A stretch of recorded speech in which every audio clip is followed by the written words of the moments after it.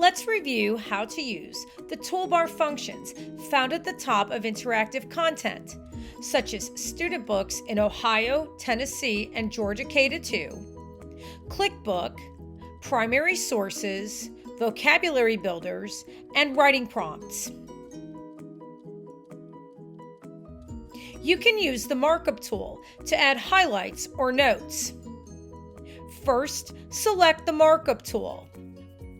Then, use your cursor to choose text on your screen. This will add a highlight to the selection. To include a note, click on the plus icon, then type your text, and be sure to select Save. To hear the text read aloud, first select the Listen icon. This will open up the full page reader in the upper left-hand corner of the screen. To hear the whole page read at once, press the play arrow. Thomas Jefferson, father of independence.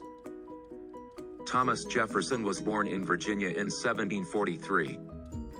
To listen to a smaller section of text, first select the text. This will open a drop-down menu. To listen in English, select the Listen button. He grew up on a large farm called a plantation. To translate text, select your text. Then when the drop-down menu opens, click Translate and choose a language. Once it is translated, select the play button to hear it read. Il aimait le plein air. If you have any questions about these functions, be sure to ask your teacher.